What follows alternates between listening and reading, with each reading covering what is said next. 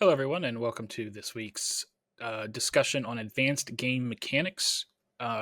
This week, we're going to be talking about some more complex mechanics beyond the core ones that we've discussed before um, that can give complexity and depth to your games, but require significantly more preparation and playtesting to make sure they're implemented correctly. So the first part of adding more advanced game mechanics to a game design is um, being aware of how your rulebook design assists in making those game mechanics easily accessible and adaptable. Um, I've talked a little bit about in your projects and things about explaining your rules clearly and concisely. But when you start getting into a lot more advanced game design uh, mechanics, you have to make sure that your rule book um, clearly explains those mechanics, but also does it in a way that people don't turn off when they're reading it. So the importance of our rulebook design, we have three major things I think that are important to that. It's clarity, depth, and engagement. Again, clarity is to make sure that your players can easily understand and follow these complex mechanics and how they are implemented into the game. Um, if your rule book, depending on the type of game that you're making, if it's a board game or a card game, your rule book, the depth that it goes into can be technical depth. So, um, defining different keywords or different interactions, explaining different outcomes, and um, making sure that those different factors of your game are readily um, available to players so that by reading the rulebook they can infer different strategic outcomes and things that were designed within the mechanics of the game. If you're doing something like a role-playing game, you can use your you can add depth to your rulebook by um, explaining combinations of certain interactions or mechanics with in uh,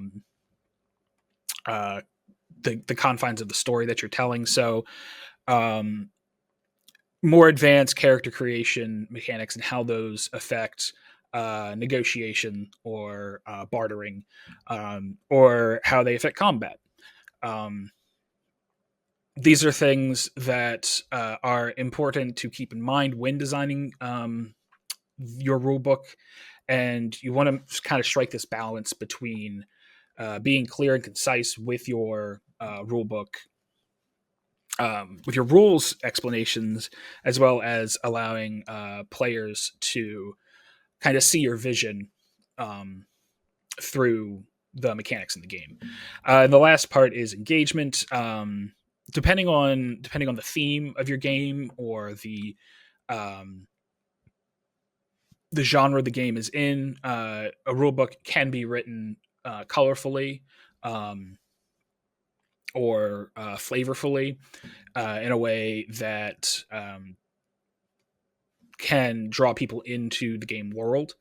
And the most effective rule books do that in a way that is seamless to the explanations of your gameplay mechanics. Just want to talk a little bit about that because these mechanics, these things that we can add to our games, can get very heavy, very front loaded for players, especially when you talk about um, setup mechanics and things that happen before the game begins or things that happen when the game is being put together. Um, one of those is modular game design. This is probably I, personally, I believe this is I think one of my favorite ways to add replayability and to introduce more complexity into a game. while not causing sensory overload um, all at once.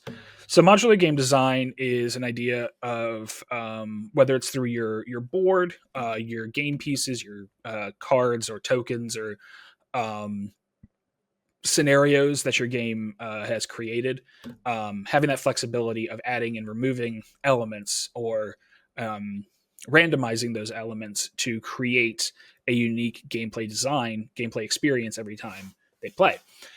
Um, Again, of course, so that flexibility allows you to um, kind of uh, customize the experience for super hardcore players doing something more complex or more difficult versus newer players having just the basics being played at one time and gradually increasing the complexity over time. For seasoned players who play the game multiple times, this adds a replayability factor. Think of it similar to uh, a trading card game. When you play against different people, they might not be playing the same deck that you played in the last game. So every game inherently begins in a unique experience. And then this complexity, as I said, you can add gradual increases of complexity over time or over the course of a gameplay session to create more engaging gameplay as players get more used to your rules. The example that I have here in the slide is Mansions of Madness, which inherently through the game, through the scenarios of the game, you start with more simpler, smaller game scenarios. In this case, it's actual full narratives where players have an investigation to conduct onto some horrible Lovecraftian thing happening, usually tied to one of Lovecraft's books. Um, and the more players play and the more that they want to challenge themselves, they can get more difficult, longer, more complicated scenarios that when they become familiar with the game mechanics and with the strategies, they can challenge if they don't want to repeat the same gameplay experience every time. Modular game design is also great for collectible games, customizable games, whether it's a game format such as Commander in Magic or Booster Draft, things like that, which I'll explain a little bit more in the next couple of slides. But they have the different ways that you can do that you can set up a game to before you start playing can greatly affect the way that the game is played. And these mechanics either add or remove layers of complexity to better suit the audience. The next subject is the pre-game preparation mechanics, and this is more for your customizable games, your card games, role-playing games, things where players bring their own resources to the table. Things that people put together before the game is even brought out. So for trading card games, deck building mechanics, deck building rules can be implemented. So things such as the number of copies of a card in a deck, or the number of total cards in the deck, or in the case of something like Yu-Gi-Oh, where you have multiple different decks that you bring, the makeups of those decks, the cards that can be allowed in each one, and where they're situated during gameplay. For RPGs or for storytelling games where players need to bring in their own characters or select their own characters, doing that before the game starts will tailor the strategy the players take for that game one way or another. When you play D&D, if you are playing a barbarian, your barbarian is, very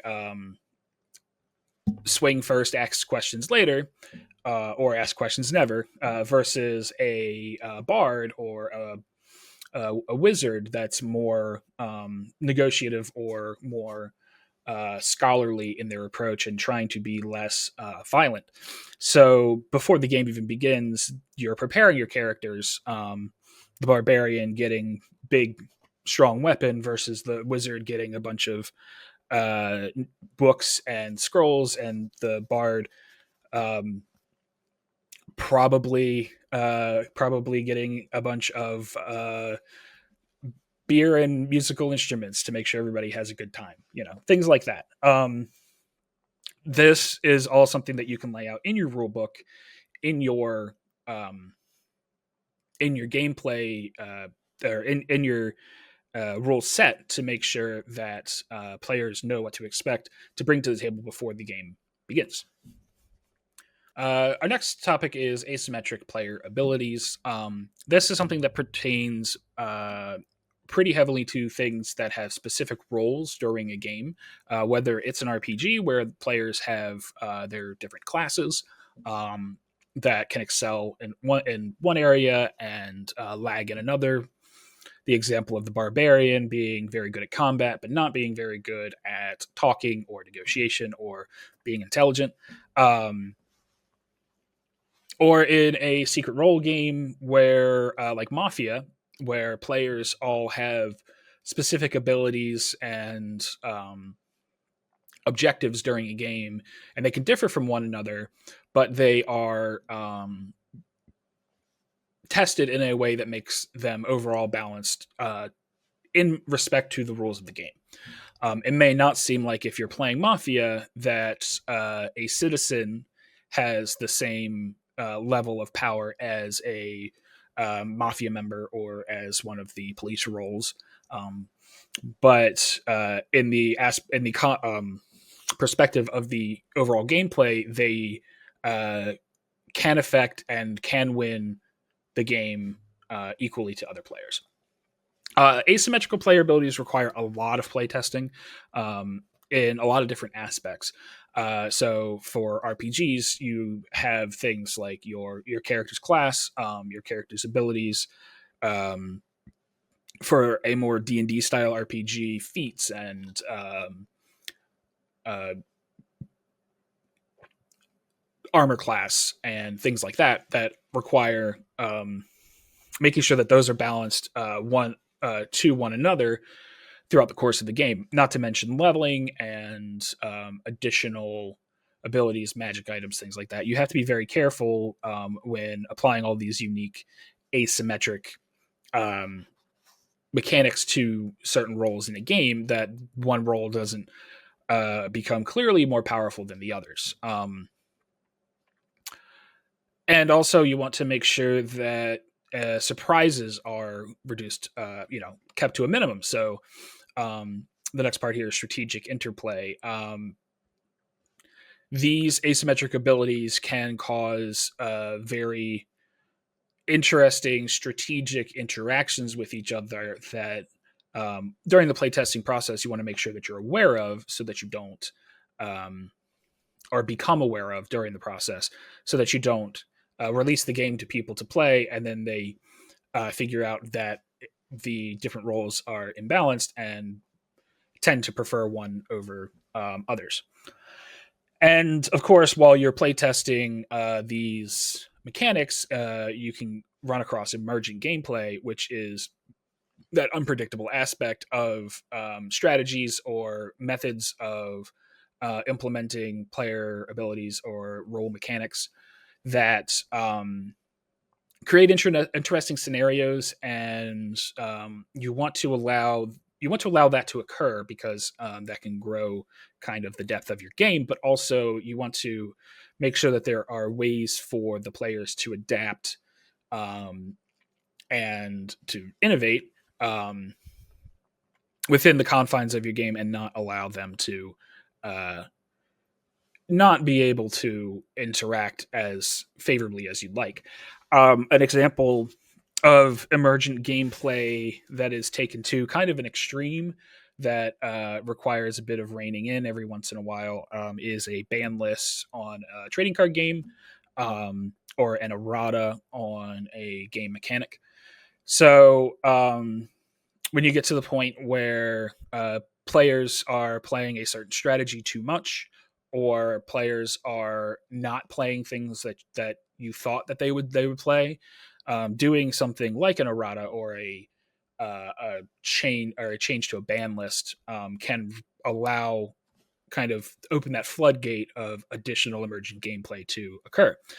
A great example of this taken to kind of an extreme is the most recent Magic modern bannings, or I should say the modern Pro Tour or Magic Championship, whatever they call them now. I'm an old player.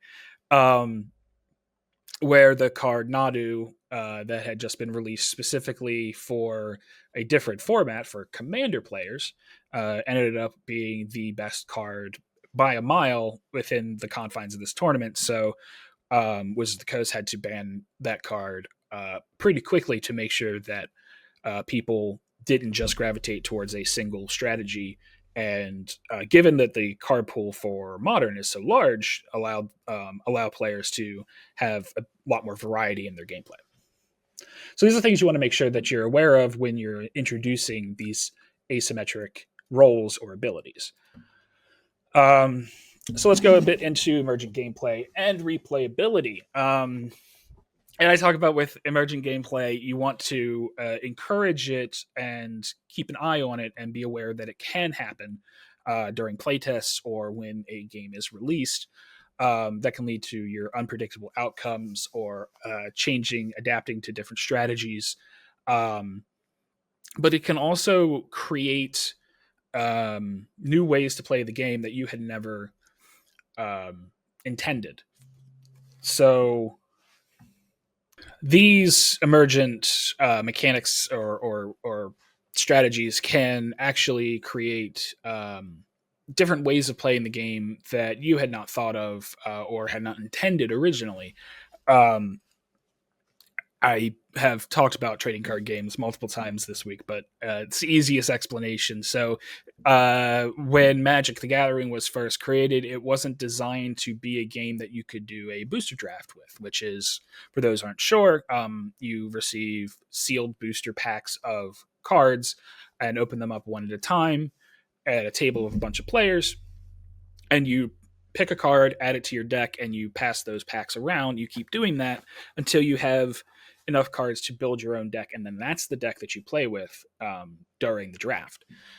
This is an example, a bit of an example, I guess, of that possibility of new gameplay. Commander being another one where players in the community created a way to build decks and additional rules to add to the game to give it additional depth.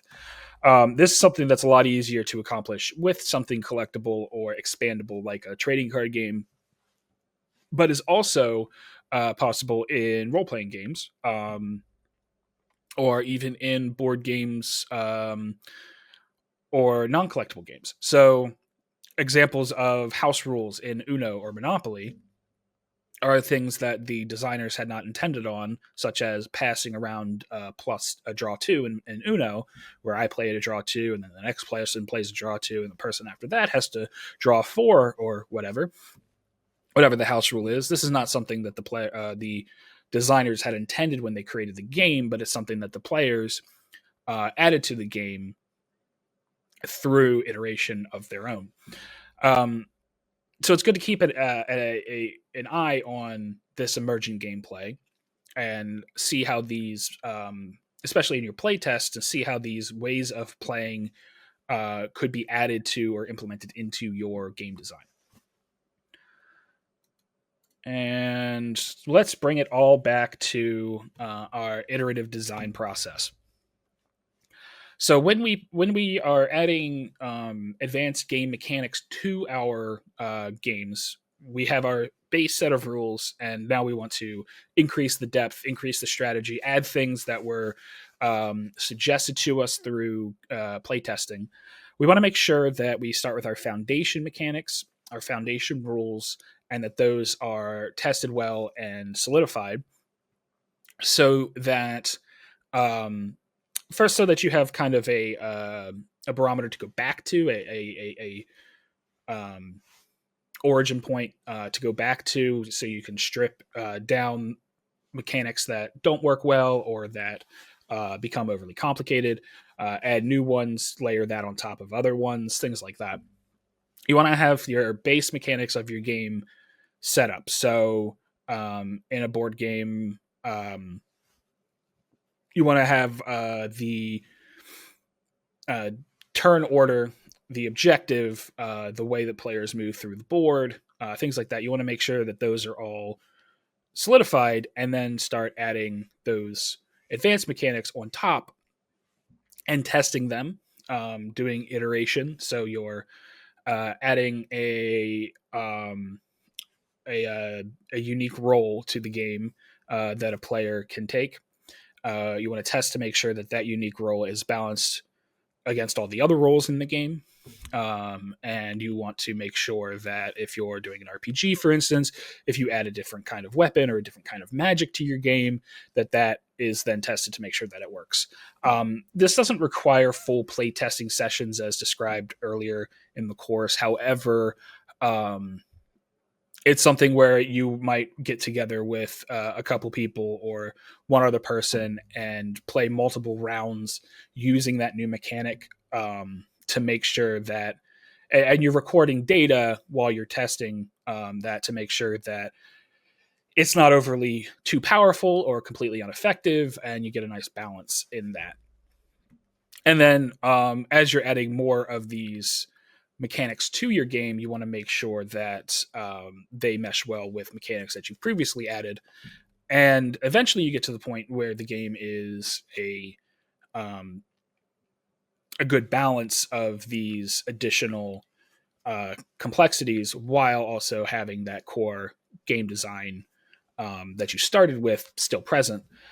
The point in which we decide to step back and remove complexity from our games is when we get to something in the video game industry called feature bloat, where there are too many things that are in the game for players to keep track of or for players to care about.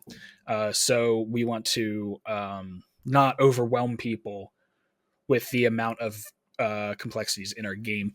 A good example of doing this, I think, is a game like a Warhammer 40K or Age of Sigmar or whatever the classic fantasy version of it is called now, where they add more armies, they add more pieces or heroes to those armies, and now there's completely new things that people have to keep track of or worry about during the game, and the designers have to kind of encapsulate that and make sure that that's digestible for those players, and that's how they expand their game. So they want to keep doing it, but they don't want these new armies and new pieces to create kind of this